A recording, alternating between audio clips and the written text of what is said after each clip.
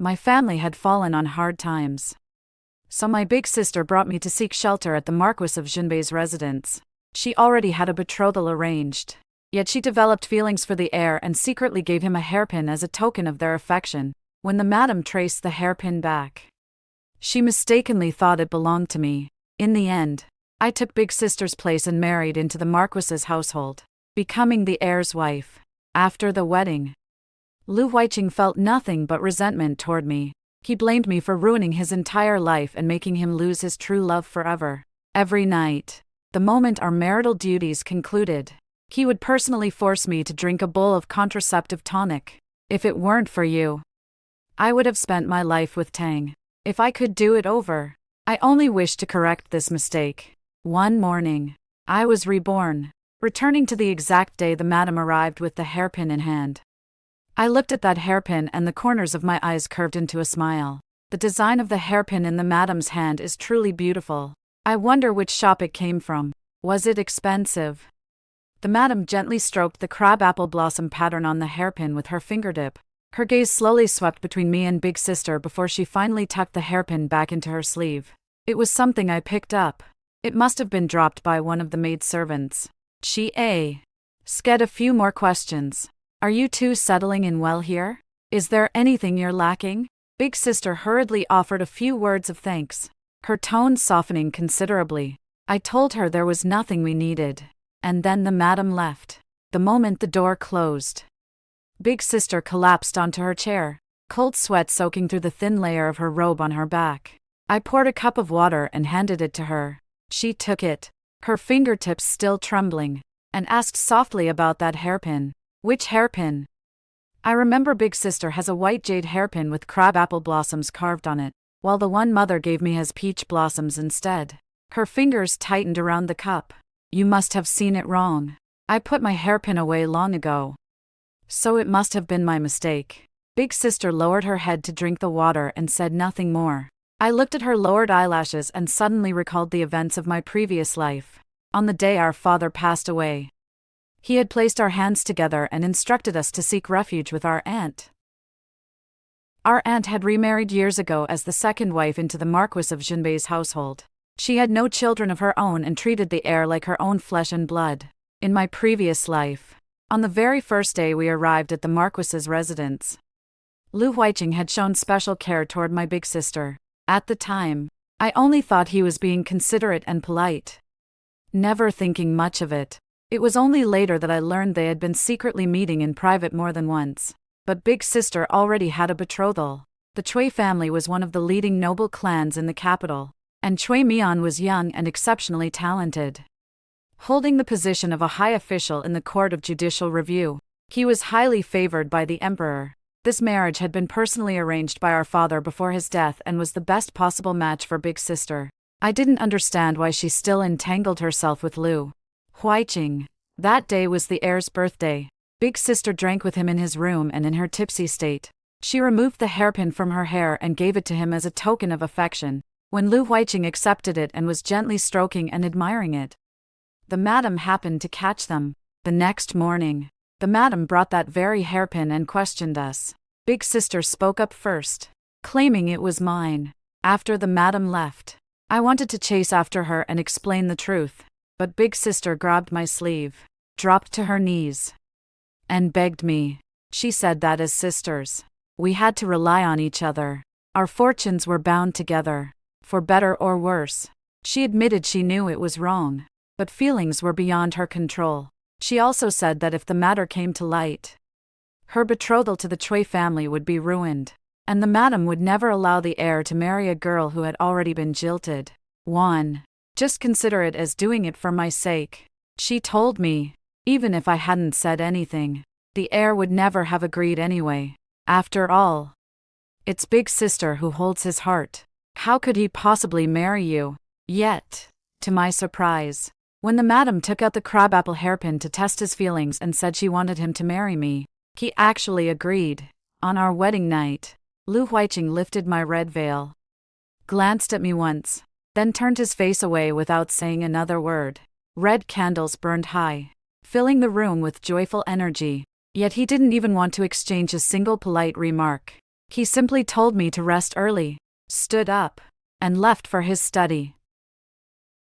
I sat on the edge of the bed, still wearing my wedding gown, listening to his footsteps fade into the distance. Only later did I learn that he had agreed to marry me because Big Sister had personally told him their relationship was a mistake and that it was still possible to turn back. Big Sister said that after she married, she only hoped the Marquis's household would treat me well and help me find a good match. But Lu Huiqing, wanting to spite her, stubbornly insisted on marrying me instead. Seeing this, Big Sister could only say, "Since the heir has chosen to marry Wan, you must cherish and love her from now on." After the wedding, Lu Huiqing treated me with icy indifference.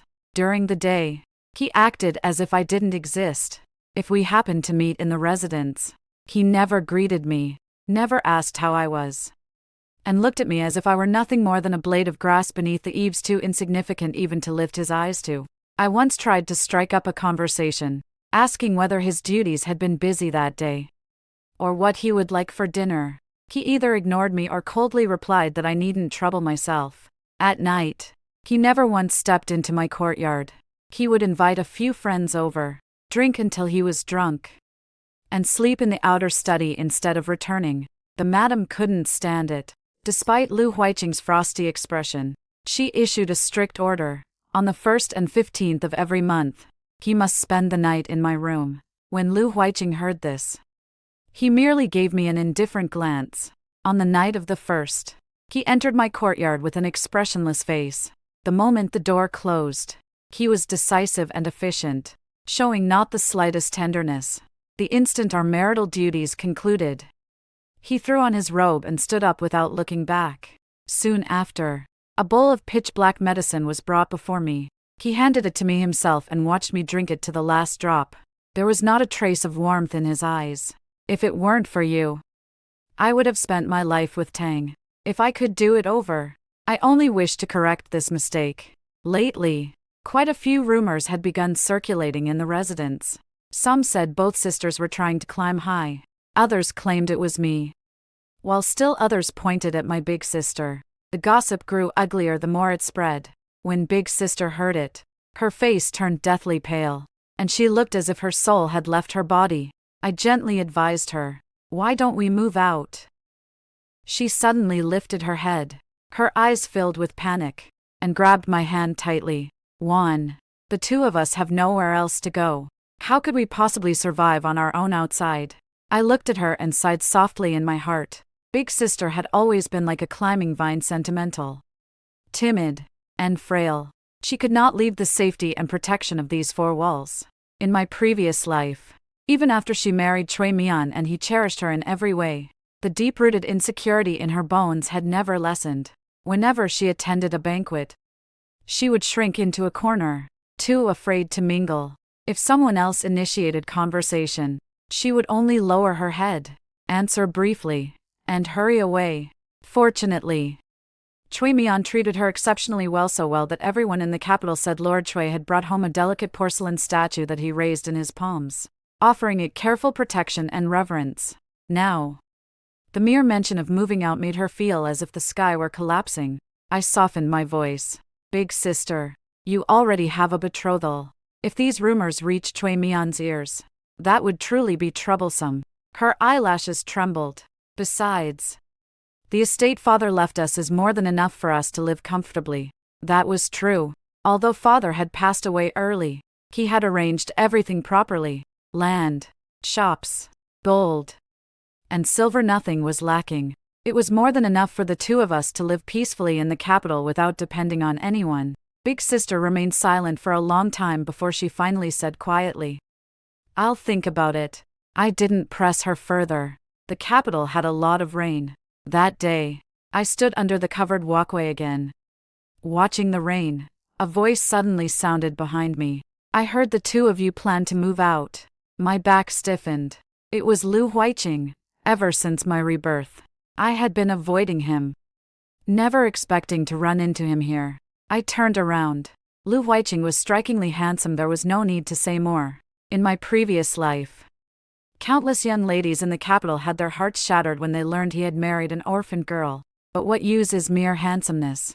I took a few steps back and performed a proper greeting. The two of us are unmarried girls after all. Staying in the Marquis's residence for too long may damage our reputation. Besides, Big Sister already has a betrothal.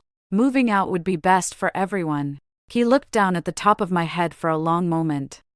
Then let out a cold laugh. A betrothal.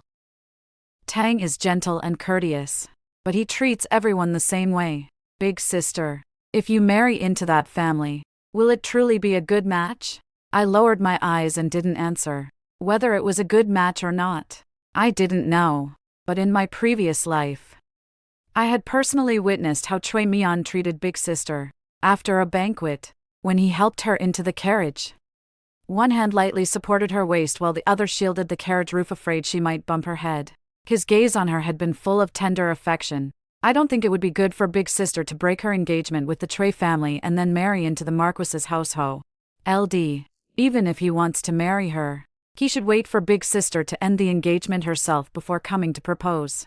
Not like in my previous life, when after Big Sister had already married, he simply followed the madam's arrangements, casually married me, and then spent the rest of his life resenting me. The rain continued to fall. Lu Huiqing looked at me as if waiting for an answer. I raised my head and said calmly, Big Sister's marriage is hers to decide. I'm only her younger sister. It's not my place to make decisions for her. His eyes darkened. I performed another greeting. The rain is heavy. Please return to the residence. With that, I turned and walked deeper into the covered walkway. His gaze lingered on my back, making a thin layer of cold sweat break out on my skin. That evening, I went to find Big Sister for dinner. Just as we rounded the crabapple bushes, we spotted two figures standing behind a tree. Under the hazy moonlight, I recognized Lu Huiqing at once. He had pinned Big Sister against the tree trunk, leaning half his body toward her. Is it because Mother has been making things difficult for you that you want to move out? Big Sister turned her face away, not daring to look at him. Let me speak to Mother. He turned to leave. Big Sister panicked and summoned every ounce of courage she had. You mustn't. The madam has been very kind to us. It's just that moving out might reduce the gossip. Lu Huiqing took another step forward, his eyes darkening as he stared intently at her. Tang, as long as you're willing, I can go to the Chui family on your behalf. Big Sister retreated in alarm until her back pressed against the tree with nowhere left to go. We are wrong. I cannot drag one's reputation down with me. I stood in the shadows, about to turn and leave, when I heard him laugh coldly. Her reputation. She has her own ideas and more schemes than you do. Do you really trust her? My footsteps halted. Lu Huiqing's gaze slid past Big Sister's shoulder and met mine directly. A flash of surprise crossed his eyes, but the corner of his mouth curled into a mocking smile. She's so deeply calculating, always currying favor with the powerful, selfish, and self-serving, thinking only of herself. The wind rustled through the tree canopy. I truly didn't understand. In this life, Lu Huiqing and I had only met a handful of times and barely exchanged a few words. Why did he already hold such an opinion of me? You mustn't speak of Juan that way. Big Sister suddenly raised her voice, her tone firmer than I had ever heard it. Juan is my younger sister. I trust her. With that, she turned to leave, only to freeze the moment she looked up. Juan, why are you here? I said nothing, simply stepped forward and took her hand. Her palm was drenched in cold sweat, her fingertips icy and still trembling faintly. I gave Lu Huiqing a neutral greeting. The night wind is chilly and Big Sister's health is frail. I'll take her back first. He stood beneath the crabapple tree, his expression unreadable in the shadows, and merely answered with a low hum. On the way back to the courtyard, neither of us spoke. Once inside the room, Big Sister sat on a chair, head bowed for a long time before she finally opened her mouth. Juan, I have something to tell you. I didn't press her, simply sat there quietly. In the early days after we first arrived at the residence, I missed home so much that I couldn't sleep at night. The air brought me a few storybooks filled with sweet words and even a minor bird that could mimic human speech. He said that when he was little and had just been sent to the outer courtyard to study, He had missed home too. And his mother had comforted him the same way. Her voice grew softer and softer as she spoke. After several such moments, improper thoughts had begun to stir in my heart. At this point, she suddenly lifted her head and looked at me. Her eyes rimmed red. But now I've made things clear with him. Today he came because I refused to see him. He's been blocking my path for days. I replied. It's good that you made things clear. Big sister stared at me in a daze, her lips moving several times. 1. You don't blame me, big sister. You've already explained everything. What is there left for me to blame? She seemed relieved of a heavy burden and her tears finally fell. I said nothing more. Simply handed her the handkerchief beside me. After thinking it over for several days, big sister finally nodded. She said, 1. I'll move out with you. A weight lifted from my heart as if a stone that had been hanging there for a long time had finally been set down. That very day, I began making arrangements. I asked around about available houses, personally inspected several, and finally chose a modest courtyard of 2 courtyards with a small garden, quiet and safe. Once the lease was settled, I went to the main courtyard to bid farewell to the madam. The madam was drinking tea. When I finished speaking, she set her cup down. You are doing fine here. Why the sudden desire to leave? She frowned slightly, her gaze sweeping over my face. Have we mistreated you girls in any way? I shook my head. The madam has shown us kindness as high as a mountain. It's only that big sister already has a betrothal. Staying here too long may invite gossip. And it wouldn't be good for the Marquis's reputation either. The madam was silent for a moment, then sighed softly. You two are fatherless and motherless children. If I don't look after you more carefully, how could I face your mother in the afterlife? Stay a few more days. Wait until the marriage is finalized before you leave. It won't be too late. I was about to speak when footsteps sounded behind me. Lu Huiqing had arrived at some point and stood at the doorway, listening to everything with a somber expression. Seeing him, the madam said, Huiqing, help me persuade 1. The girls are determined to move out. Lu Huiqing's gaze landed directly on me. His face didn't look pleased. He asked bluntly, the 2 of you sisters, how will you manage on your own? I lowered my eyes, my tone calm. The capital is a good place. If we need anything, we can always ask the madam for help. She has already agreed. I bowed toward the madam. In the end, the madam nodded. Very well. Since you've made up your minds to leave, it wouldn't be right for me to keep you. If you're lacking anything, just come and tell me. Lu Huiqing stood to the side without saying another word, but his eyes followed me the entire time. I bowed my head and withdrew. Once we left the Marquis's gates and the carriage had traveled some distance, I finally let out a long breath. Big sister was not the same. She sat inside the carriage, face pale, her entire being filled with confusion and fear of the unknown future. 1. Can we really manage this? We can, I said, taking her hand. Big sister, don't be afraid. The carriage stopped in front of the rented house.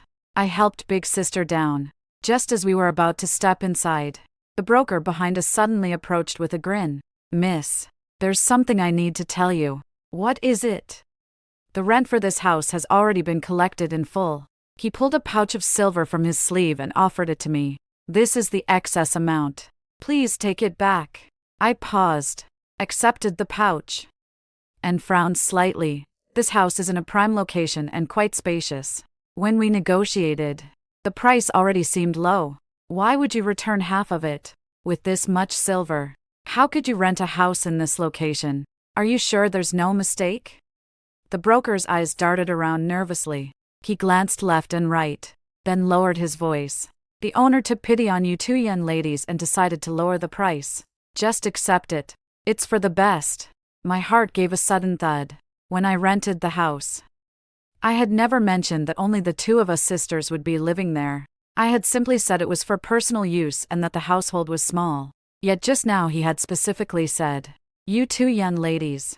I took a step back. I won't rent this house anymore. The broker froze, the smile on his face stiffening. Miss, such a good deal at this price. Where else would you find it? You could search with a lantern and still not find another. Big sister tugged lightly at my sleeve and whispered, Juan, isn't this place very good? The location is excellent and the courtyard is clean. I looked at the broker's shifty eyes and shook my head. No need. Return the silver. We'll rent somewhere else. The broker broke into a nervous sweat. Miss. Please reconsider. So many people are fighting over this house. The owner specially kept it for you. I cut him off. He stared at me for a long while, saw my resolute expression, and finally reluctantly returned the entire rental fee. I took Big Sister's hand and turned to leave. On the way, Big Sister kept asking why I hadn't explained more. I only said I felt uneasy. Being a little more cautious never hurt. Later, I found another house on the east side of the city, tucked inside a narrow alley. The courtyard was small with only 3 main rooms and 2 side rooms. Moss grew along the base of the walls. The stone path in front of the gate had been eroded by rainwater into shallow grooves. It couldn't compare to the splendor of the Marquis's residence, and wasn't exactly presentable, but it had the advantage of being clean and quiet. Most importantly, I had found it myself without anyone else's interference. Before evening, Lu Huiqing came knocking. At the time, Big Sister had gone out to a shop to choose embroidery thread, leaving me alone in the courtyard airing out the bedding. The gate was ajar. I heard the noise, looked up, and saw him push the door open and walk in. Lu Huiqing had come alone without any attendants. His face unhappy. His gaze swept across the entire courtyard before finally landing on me. I set the bedding down and offered a light greeting. Big Sister isn't home. I know. I glanced at him but didn't invite him inside. He seemed unconcerned and stood in the middle of the courtyard, staring straight at me. Suddenly, he spoke. Why did you return that house? My hands paused. Which house is the heir referring to? You know exactly which one I mean. His voice carried a trace of irritation. I set the things in my hands down. The rent reduction on that house was you doing. He didn't deny it, only laughed coldly. I did it for Tang's sake. You should keep your word. Big Sister has already said that from now on she and you have nothing to do with each other. Lu Huiqing's expression darkened instantly. If it weren't for you, why would Tang avoid me like a viper? Juan, you don't want your big sister to live well, so you want her to suffer hardship with you. Is that it? Tang was very happy when she was with me. Those words seemed to have struck a nerve. Lu Huiqing suddenly reached out and gripped my wrist tightly. You're happy. You're selfish, cold-hearted, and scheming. You used Tang to threaten me, and you still dare say you're happy. The pain made me frown, but I clenched my teeth and refused to cry out. Lu Huiqing let go. He didn't. What exactly did you say to her? What did you tell her that made her refuse to see me? I didn't say anything. She figured it out on her own. You say she figured it out. Figured what out? She doesn't understand anything. She only listens to you. If you tell her to go east, she wouldn't dare go west. If you tell her to move, she moves. If you tell her not to see me, she doesn't see me. Juan, you hold a string in your hand. What exactly do you take her for your puppet? Let go. Do you hate me that much? Hate me enough to destroy your big sister's marriage prospects? What is the Chui family to you? Have you even met Chui Mian? Do you know what kind of person he is? You know nothing. Yet you've already decided for her. Or do you already have a secret lover? I yanked my arm with force and actually managed to break free. A red ring had formed around my wrist, burning as if scorched by fire. Have you asked enough questions? His eyes darkened. I let out a laugh. Even if I did have someone, what does that have to do with you? His breathing grew heavier, his chest rising and falling slightly. His gaze bored into my face. Big Sister's marriage was arranged by our father before his death. It is not something you or I can interfere with. You came here today if it was in your capacity as heir of the Marquis's household to pay a visit, then on Big Sister's behalf. I thank you. But if it's for any other reason, I paused. Please return to the residence. The courtyard fell deathly silent for a moment. Lu Huiqing stood there, clearly furious. In the end, he laughed coldly, turned, and left. The gate slammed shut behind him with a loud bang. After the Choi family learned we had moved out, the very next day they sent an old maidservant with 2 young maids carrying 2 loads of gifts. The old maidservant was neatly dressed and spoke politely. The moment she entered, she looked around once without any trace of disdain on her face. She simply smiled and said, "Our madam heard that the 2 young ladies have moved out and specially sent this old servant to visit. The eldest young miss is the future young madam of the Choi household. If you encounter any difficulties, please come to the Choi residence. Don't stand on ceremony." She then had the gifts brought in. 1 load was bolts of fine fabric. The other was bird's nest, dried mushrooms, and various foodstuffs. There was also a separate pouch of silver for the 2 young ladies' daily expenses. Big sister's eyes reddened. She nodded gratefully. Her voice choked. "Please give my thanks to the madam." The old maidservant chatted a little longer, saying that Lord Choi had been busy with official duties lately, but would come to visit in person once things settled down. After the visitors left, Big Sister sat beside the gifts in a daze for a long time. I asked what was wrong. She said softly, "I always thought the Choi family would break the engagement. I thought that after we sought shelter with the Marquis and then moved out with all the ugly rumors flying around, the Choi family couldn't possibly accept it. That's why when we were still at the Marquis's residence, I wanted to leave from there in the bridal sedan. I felt that if I departed from the Marquis's household, they might value me a little more." I said, "Big sister, listen to me. If the Choi family would truly break the engagement over something like this, then that family isn't worth marrying into." She froze. "If Choi Mian looks down on me for being thin-skinned and moving out of the Marquis's residence, then his feelings only go that far. But he isn't that kind of person, right?" Big sister was silent for a moment, then nodded. Her eyes reddened again. The days gradually became more comfortable. I found a job delivering meals to an academy. After all, we couldn't simply live off the estate father left us until it ran dry. The 4 Directions Academy wasn't far, only about the time it takes a single incense stick to burn. Not long ago, the headmaster there had posted a notice recruiting help. I boldly prepared a few dishes and brought them over. To my surprise, they caught the old man's eye. 3 taels of silver a month was a decent income, and I could borrow books from the academy to read. Big sister stayed home and focused on preparing for her wedding. Every month, the Choi family sent people to check on us and bring gifts. Choi Mian would occasionally send a visiting card out of courtesy, but he never came in person. Each time she received a card, Big sister's eyes would turn red. I simply focused on my own work, rising early every morning to go to the market, choose fresh vegetables, bring them home, wash them, and cut them neatly. Before noon, I would finish cooking, pack everything into lunch boxes, and carry them to the academy. The headmaster was a thin old man in his 50s with a very picky palate. Fortunately, my cooking skills were decent. He had been eating my food for half a month without finding any major faults. Every time he came to collect the meals, he was accompanied by the same young master, tall, with a straight posture and extremely handsome features, yet extremely sparing with his words. I handed the lunchbox to him. The headmaster said that next time he wants sweet and sour fish. Understood. With that, the young master left. I once asked the little page boy at the academy who that young master was.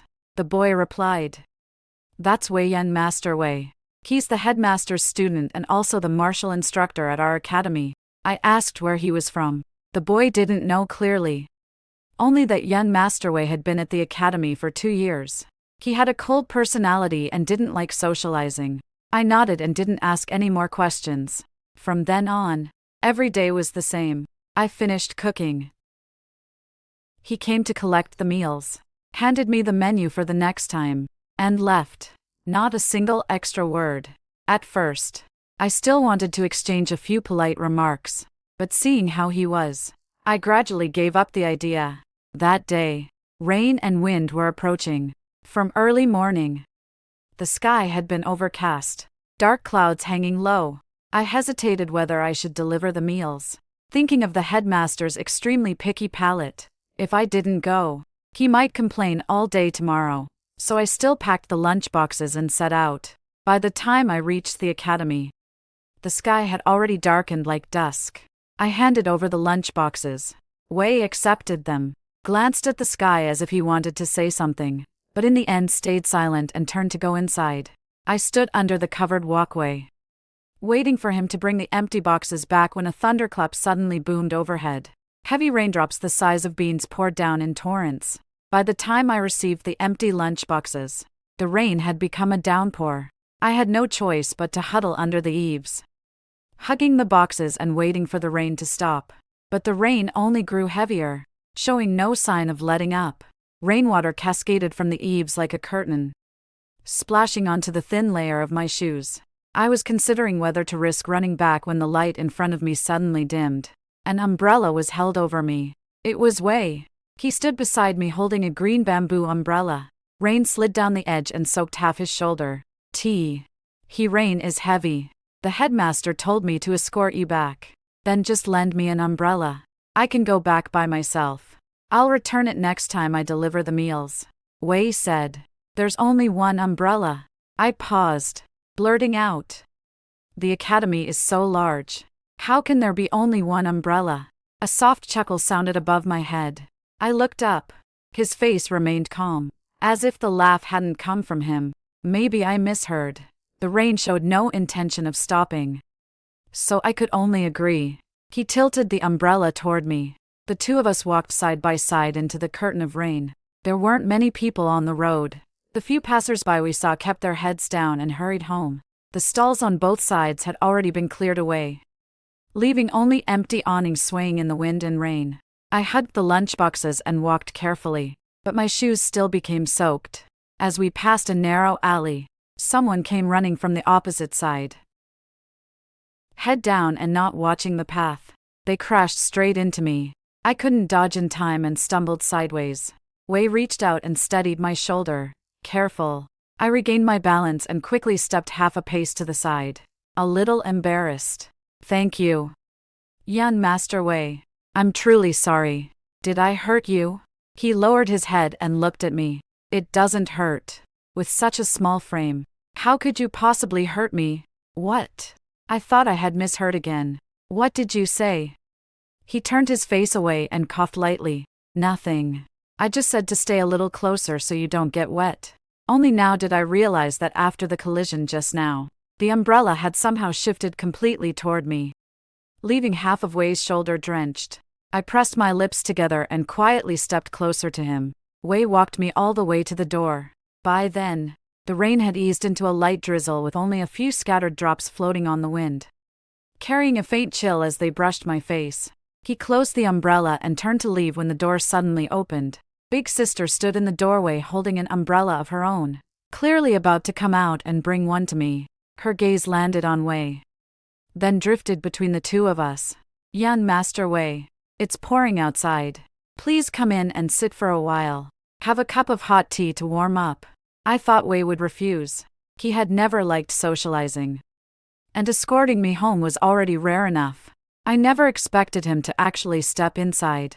Yet he paused for a brief moment before nodding. Sorry to trouble you. Before I could say anything, Big Sister had already stepped aside to let him in.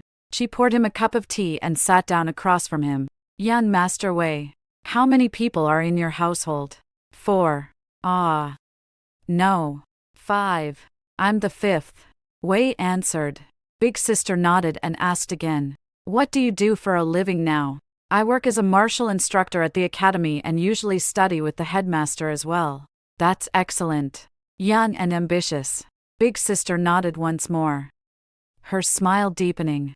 I sat to the side, vaguely sensing that something felt off. How old is young Master Wei this year? 23. Is he already betrothed? Big Sister finally couldn't hold back anymore. She said. I'm only asking casually why. I wanted to say it wasn't proper etiquette, but the words died on my tongue. Arguing with her right in front of Wei would only make things more awkward, so I turned to look at him instead, hoping to spare him the discomfort. He remained as calm as ever. Not yet betrothed. Big Sister's eyes lit up. I wished I could crawl into a hole in the ground. Noticing that it was getting late and the rain had completely stopped, I stood up and offered to see Wei out. Big sister didn't protest. She simply smiled and said, "Take care on the way." Once Wei had walked a good distance from the courtyard. I finally spoke about what Big Sister said earlier. "Please don't take it to heart. She was just bored and talking nonsense." Wei glanced at me, his expression unchanged. "It's fine," I continued. "She doesn't usually act like that. I don't know what came over her today. Maybe it's the rain. People tend to talk more on rainy days." The more I explained, the more it sounded like I was trying to cover something up. So I fell silent. The two of us walked side by side for a stretch. His strides were long, yet he deliberately slowed them to match mine. When we reached the entrance of the alley, Wei stopped. "Miss Gu, this is far enough." "All right. Thank you again for escorting me home today." He nodded, turned, and started to leave. After a few steps, he suddenly paused, tilted his head, and looked back at me. "Oh. Right. Tomorrow the headmaster wants steamed lotus leaf meat." "I understand." He turned and strode away. I headed back inside. The moment I stepped through the door, Big Sister's expression turned unusually serious. "I've been thinking a lot these past few days. Every morning, I watch you get up before dawn, head to the market to buy vegetables, then come home to wash and chop them. After cooking, you carry those heavy lunch boxes all the way to the academy. In the afternoon, you still have to wash clothes and tidy the house. And at night, you do needlework. You handle everything inside and out all by yourself. In other families, the older sister takes care of the younger one. Yet with my personality, I can't do anything at all. On the day father passed away, you didn't shed a single tear. You were busy arranging the funeral, organizing the servants, preparing the carriages while I could only cry." She held back her tears and continued, "I've become a burden to you, Big Sister." "Let me finish. I'm about to get married soon. After that, I won't be able to stay by your side every day or help you with anything. You've done so much for me. I want to do something for you, too." Her words came out in a clumsy rush. This was the first time she had ever tried to express her feelings so openly, and my nose suddenly stung. In my previous life, she had never said any of this. After marrying into the Chui family, she had lived timidly as the young madam, staying safely under Chui Mian's protection without ever asking whether I was doing well or what grievances I had suffered in the Marquis's household. Perhaps she hadn't known, or she had known but didn't dare ask. But this life was different. She sat in front of me awkwardly telling me, "You wanted to do something for me." I reached out and took her hand. "Big Sister, even after you marry, I can still live well on my own." She shook her head stubbornly. "I won't feel at ease." I smiled. "Then go ahead and worry about me for the rest of your life. Worry about what I eat, what I wear, whether I'm living comfortably. I'm happy to let you worry forever." She let out a relieved breath and pulled me into her arms. "Then you have to marry well so I can be at peace." The corners of my eyes grew a little damp. Wei seemed like a completely different person these days. Before, he would simply take the lunchboxes, hand over the next day's menu, and leave without another word. But lately, he had started conversations on his own, whether the weather was nice today, whether I should be careful on the road, whether the lunchboxes were too heavy, whether I needed him to carry them part of the way. I almost wondered if someone had swapped his soul. He had even begun lending me books, saying the ones left unused in the academy were just gathering dust, and I might as well take them home to read. When I opened them, I found rare editions you couldn't buy outside, hardly the kind of thing that would collect dust. I thanked him and carried the books home. A few days later, he suddenly brought me a small cloth bundle. The headmaster said today's meal was delicious. "This is a thank you gift." I opened it to find a white jade bracelet of exceptional quality, warm, translucent. Clearly no ordinary piece. "Young Master Wei," I pushed the bracelet back toward him. "If the headmaster's wife finds out, even 100 mouths won't be enough to clear my name." The corner of Wei's mouth twitched, revealing a rare hint of embarrassment. I was about to press the bracelet back into his hand when a gentle laugh sounded behind me. "Oh my, what are you two looking at?" My entire body stiffened. I turned around to see the headmaster's wife standing under the covered walkway, smiling with narrowed eyes as she watched us. Her gaze lingered on the bracelet in my hand, then flicked meaningfully toward Wei. My heart gave a heavy thud. This is bad. The headmaster's wife stepped forward, took my hand without a word, and slipped the bracelet onto my wrist. Oh, it suits Miss Gu perfectly. When I chose it, I thought this color would look lovely on your skin, and I was right. I breathed a sigh of relief, so she had chosen it, but then something still felt off. I had only met the headmaster's wife a few times. Why would she suddenly give me such a valuable gift? I lowered my head to remove the bracelet. Madam, this is too precious. I can't accept it. She held my hand in place. It's not precious at all. I didn't even spend my own money on it. No. I mean, it's not worth much. Just a small token. It looks beautiful on you. That's its good fortune. Wei gave a light cough and looked away, but his face had turned faintly red. That day, Cui Mian invited Big Sister for an outing in the mountains. Big Sister ran over happily to tell me, then suddenly changed her tone. 1. You should come. 2. What would I do there? The two of you going on an outing while I stand beside you like a third wheel. I already invited Yun Master Wei to join us. I froze and looked up at her. Big Sister, why did you invite Yun Master Wei? Big Sister said. I went to find him again that day. I asked him straight out whether he likes you. My eyelid twitched. He admitted it. I can also tell you don't dislike him. Since that's the case, why not give yourselves a chance? My heart pounded wildly. For a moment, I didn't know what to say. Seeing me silent, Big Sister smiled. It's decided then. I'll come wake you tomorrow morning. The next morning, 2 carriages waited at the entrance of the alley. Cui Mian had arrived early and stood beside one of them waiting for Big Sister. He wore a bamboo green scholar's robe that made him look as warm and lustrous as jade. When he saw me, he gave a slight nod in greeting, but his gaze quickly returned to Big Sister, gentle in a way that made me secretly approve. This marriage truly was good for her. Cui Mian had arranged the 2 carriages so that he and Big Sister rode in one while Wei and I took the other. Wei carried a lunchbox in his hand. I glanced at Big Sister. She had already taken Cui Mian's arm to climb into their carriage and, before lowering the curtain, gave me a playful wink. I could only sigh helplessly and step into the carriage. The carriage swayed as it set off. Wei sat across from me and opened the lunchbox. Inside were osmanthus cakes, red date pastries, and mung bean cakes. All my favorites. Did you make these? I asked. Bought them. He answered with complete honesty. I don't know how to cook. I couldn't help smiling as I picked up an osmanthus cake and took a bite.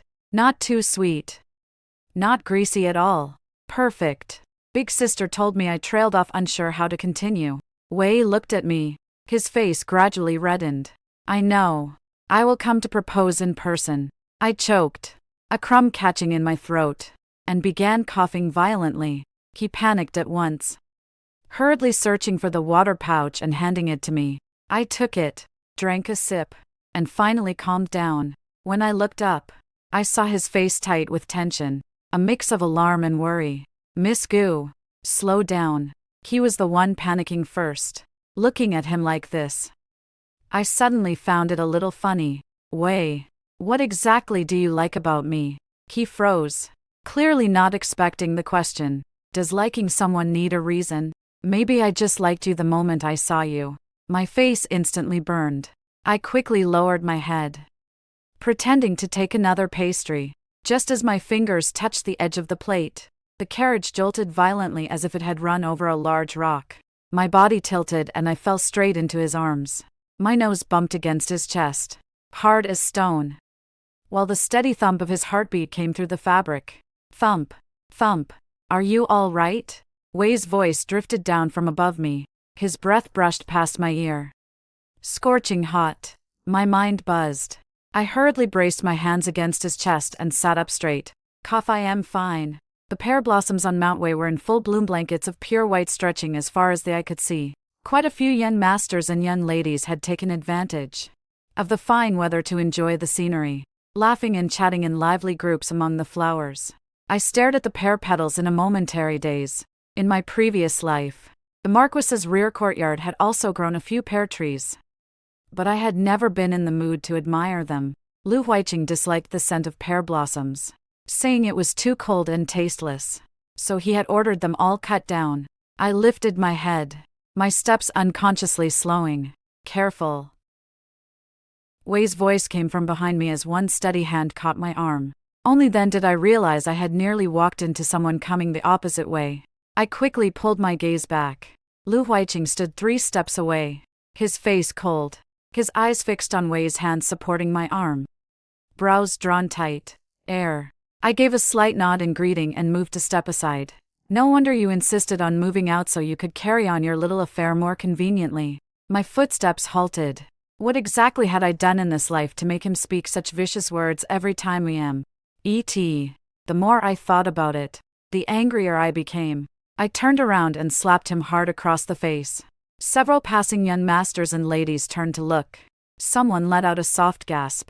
Lu Huiqing's face jerked to the side, but the corner of his mouth curled into a mocking smile. Isn't that right? A lowly martial instructor is worth all this scheming from you. His eyes flashed. Then he laughed coldly again. Who would bother investigating you? Then how do you know he's a martial instructor? How do you know whether he's poor or not?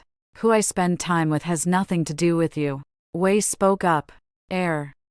You enjoy meddling in other people's business so much. You sound just like those gossipy old women. Lu Huiqing's gaze turned icy. What are you that you think you're fit to speak to me? Rage flared in my chest. I reached out and grabbed Wei's hand. Young Master Wei. Let's go. The moment I turned, Lu Huiqing seized my wrist. Tang isn't married yet, and you're already making eyes at another man. Do you want the Chui family to look down on her? Lu Huiqing. By what right do you think you can control me? Wei caught Lu Huiqing's wrist and gently pried his hand away from mine. Lu Huiqing's expression darkened further. A calm voice suddenly sounded behind us. Lu. What a coincidence. Chui Mian had approached at some point. Lu Huiqing glanced at him, then at Wei, and laughed coldly. He flicked his sleeve ready to leave, but Wei refused to let him go. Why don't you test for yourself whether a mere martial instructor like me is worthy of pursuing one? Lu Huiqing stopped, turned back, and curled his lip in disdain. Wait for me a moment.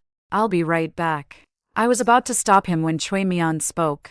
I know a restaurant nearby. Not far at all. I've already reserved a private room. Why don't we eat while we wait? Big Sister walked over as well, linked her arm with mine, and whispered, Juan. Come on. Half dragged by Big Sister, I climbed into the carriage. Inside the restaurant, Chui Mian had reserved an elegant private room. The window overlooked the pear blossom forest on the mountainside, offering a breathtaking view, but I couldn't sit still. Wei was only a martial instructor, while the person across from him was the heir of a marquis's household. What if Lu Huiqing used his power to pressure him? What if he brought attendants? Chui Mian placed a piece of fish into Big Sister's bowl, then turned to look at me with eyes that seemed to understand everything. Second young Miss Gu. If you're truly worried, I'll go outside and check. I nodded. Chui Mian stood and left the room. But a long time passed and he still hadn't returned. I couldn't wait any longer. I told Big Sister I was stepping out, then rose and opened the door. At the turn of the second-floor corridor, voices drifted up from the staircase. Chui Mian's carrying a trace of teasing. Your Highness. Are you jealous over a beauty? Who is this prince? Wei answered. Don't pretend you don't want to hit him yourself. He's been eyeing your fiancé for ages, hanging around the 2 sisters' residence every few days like a lovesick fool. If you weren't worried, why ask me to keep an eye on things? Chui Mian chuckled. Aren't we good brothers? I've been swamped with official duties and couldn't get away, so I asked you to watch over her a little. I never told you to steal my future little sister-in-law in the process. I held my breath. The headmaster said you ate all his meals and even used his wife's hand to give her the bracelet. Your Highness, since when did you become such a coward? Silence fell for a moment. Wei's voice spoke again. Juan is sensitive. I didn't dare scare her. Chui Mian's smile faded and his voice turned serious. Second Miss Gu isn't sensitive. She's strong-willed. If your Highness is sincere, then as her future brother-in-law. I hope you will treat her with true affection. Of course. I'm sincere. I stood at the corner of the corridor, my mind in turmoil. He wasn't a martial instructor at all. He was a prince. Footsteps sounded at the head of the stairs. By the time I snapped out of it, Wei had rounded the corner and our eyes met. The corridor fell silent for a heartbeat. I spoke hoarsely. I didn't mean to eavesdrop. I only came out to find you. Chui Mian gave a light cough, tactful as ever. I'll go check on Tang. With that, he quickly left. Only Wei and I remained in the corridor. You heard everything. His voice carried a trace of unease. I didn't mean to deceive you. The truth is Chui Mian and I are friends. I took the position of martial instructor at the academy because I lost a bet to the headmaster. The emperor is my elder brother. Before this, I was always traveling outside the capital. His words came out a little jumbled, no longer as steady as usual. I noticed a small tear on the back of his hand, faintly oozing blood. Does your hand hurt? Wei froze, then lowered his head to look. It doesn't hurt. It wouldn't kill me even if it did. I lifted his hand, leaned closer, and gently blew on it. His hand was large, knuckles prominent, with a thin layer of calluses at the base of the thumb clearly from years of martial training. Wei's entire body went rigid, his throat bobbing slightly. I looked up at him. Did you win? His eyes glazed over for a moment before he answered proudly. Of course. How could he possibly beat me? I gently released his hand. The light in his eyes dimmed for an instant. Wei, next time you get into a fight, remember to protect your hands. Don't get hurt. He stared at me in a daze. Next time I'll have someone else do the hitting. Not long after we returned home, the Chui family sent people over to discuss the wedding date in high spirits. Big sister sat to the side listening to the old maidservant talk about etiquette. Her cheeks flushed pink. After seeing the visitors off, she turned to me, both nervous and hopeful. 1. The Chui family says the 18th of next month is an auspicious day. What do you think? Will I do all right once I marry into their family? Big sister. I took her hand. You don't need to do anything special. Just be yourself. She breathed a sigh of relief. Big sister's personality gradually grew more open. I suspected it was because Chui Mian had given her enough security, or perhaps she had finally come to believe she deserved to be treated kindly. Things with Wei were progressing just as quickly.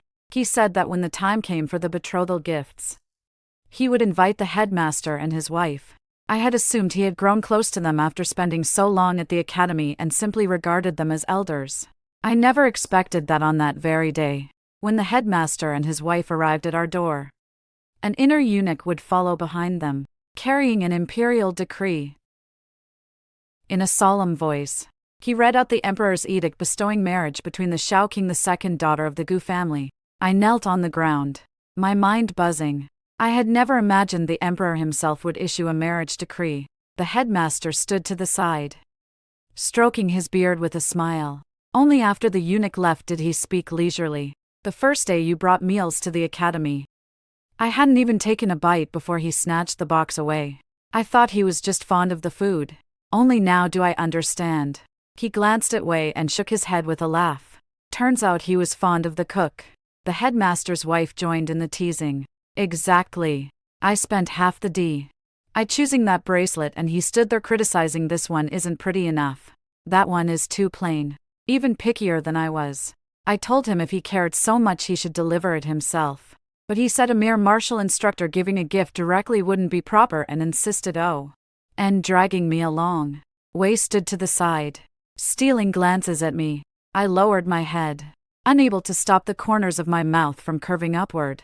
Later, I heard the full story from Chui Mian. That day on the mountain, Wei had beaten Lu Huiqing quite badly, knocking out 2 of his front teeth. Lately, Lu Huiqing had been busy looking for someone to make him a false set and didn't dare show his face in public. I asked Wei if it was true. He didn't deny it. Only said one sentence. He deserved it. I said, you knocked out the man's teeth. What if he reports you to the emperor? He wouldn't dare. He struck first. I only defended myself. Besides, My royal brother has been displeased with the Marquis of Junbei's household for a long time. I didn't press further. Time passed peacefully. After classes every day, Wei would come find me. Sometimes he took me strolling through the streets. Sometimes he brought me to admire the lakes. His words grew more plentiful with each passing day, completely different from before. On the day of Big Sister's wedding, the weather was beautiful. The Chui family's bridal sedan arrived at the mouth of the alley with drums and gongs, filling the entire street with joyous noise. Big Sister wore a magnificent red wedding gown that made her look like a painting come to life.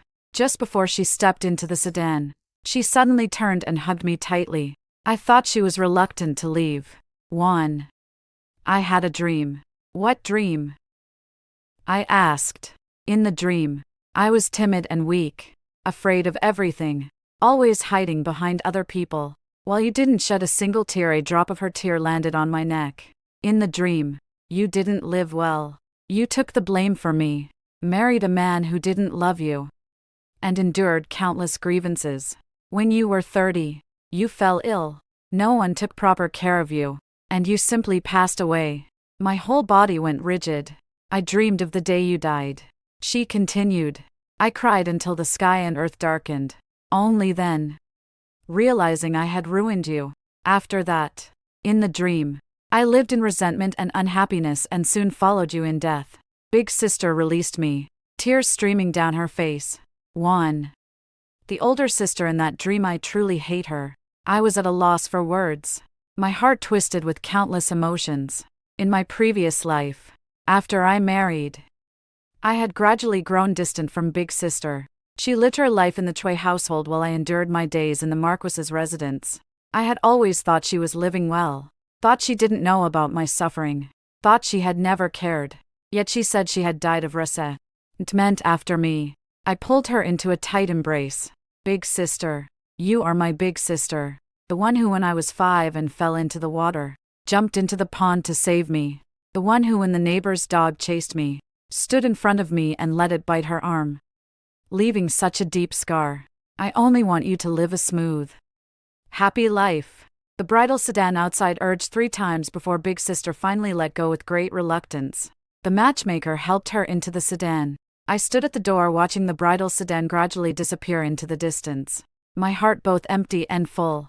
After seeing Big Sis tear off, I turned to go back inside. A figure stood beneath the old locust tree at the mouth of the alley. Lu Huiqing had come alone. He looked thinner, with a bruise still fading on his lip, staring at me in a daze. His eyes were hollow, as if he had aged 10 years overnight. My heart clenched. I was afraid he would chase after the bridal sedan. Big Sister had worked so hard to secure this good match, and Chui Mian treated her so well. If he caused trouble today, where would that leave Big Sister's dignity? I instinctively took half a step back into the doorway, already calculating whether there was still time to send someone to the academy to fetch Wei. One more beating. This time, I would make sure he learned his lesson for good. It would be best to break his legs. But Lu Huiqing didn't move. He simply looked at me, lips moving slightly. Wei is the Shao King. You've grown close to him. I looked at him puzzled. What does that have to do with you? Lu Huiqing's face turned deathly pale. You planned everything from the beginning, didn't you? From the moment you moved out with Tang, you already had it all figured out. You latched onto the Shao King to escape me. You've gone mad. I frowned. I moved out not to rely on anyone, but so that Big Sister and I could live well on our own. Lu Huiqing said. I had a dream, too. My breathing hitched. In the dream, you married me. You weren't happy. He had also been reborn. No wonder from the very beginning. He had hated me and guarded against me like this. I only hate myself, he said. In the dream, I clearly married you while loathing you. Yet it turned out to be love. Even if I could live my life over, I would still love you. I found the whole thing utterly absurd. In my previous life, after Big Sister married, when the madam said she wanted to marry me to him, I had refused. Knelt before the madam and said the heir already had someone in his heart. Forced affection could never last and begged her to reconsider. But Lu Huiqing stood to the side in front of the entire room and declared, I have no one in my heart. I have long harbored feelings for the second young miss. With that single sentence, he sealed my fate. I became the shameless seductress who had lured the heir. I looked at Lu Huiqing and spoke word by word. The madam said she wanted to marry me to you. I refused. But you yourself claimed you had already developed feelings for me long ago. Lu Huiqing, weren't you the one who ruined me? He opened his mouth, but no words came out. With 2 front teeth missing, he looked utterly wretched. You say you love me, but from beginning to end, have you ever asked me a single question? Asked whether I was willing? Asked whether I was happy? You didn't. You only hated me, resented me, tormented me, and then suddenly discovered you loved me. And then what? You expect me to be grateful and accept it. Lu Huiqing. In my previous life, when you forced me to drink the contraceptive tonic, you said that if you could do it over, you only wished to correct your mistake. I looked at him. Now we have done it over. Have you corrected your mistake yet? At that exact moment, Wei came running over in a hurry. 2 attendants behind him. Without a word, he rushed forward and swung a cudgel. Before I could react, Lu Huiqing had already been dragged away. Only after confirming I was unharmed did Wei breathe a sigh of relief. Are you all right? I laughed. I'm fine. You ran here really fast this time. The madam arrived. The moment she stepped inside, she looked around once. You're about to become the Shao King's consort. Why are you still living in a place like this? The wedding day hasn't arrived yet. I poured her a cup of tea. Anywhere is the same. She accepted the cup but didn't drink, setting it aside. After a long silence, she finally spoke. Originally, I had hoped for you to become Huiqing's wife. My hands paused, but I said nothing. Your temperament is steady and capable, unlike your older sister who is timid. You could shoulder responsibilities and manage the household. I had planned to wait until your sister married into the Chui family, then slowly bring you and Huiqing together. She looked at me with a trace of regret. I never expected you to become betrothed to the Shao King. I said, Madam, there was never any affinity between the heir and me, but when he got drunk in the residence, he called out my name. That has nothing to do with me. The madam moved her lips, then sighed. She stood up to leave. 2 months later, I became the Shao King's consort. The wedding at the Shao Prince's residence was extraordinarily lively. Wei rode a fine horse to escort the bride, his bright red wedding robe making his handsome features even more striking. Big sister was so happy she soaked 2 handkerchiefs with tears. On the 3rd day after the wedding, I heard a piece of news. On the day I married, Lu Huiqing got drunk, ran to the well, called out someone's name, and fell in. When they pulled him out, he was already gone. Some people said he had called out a name that sounded like Wan for wind, while others thought it sounded like Wan for maple. No one was sure.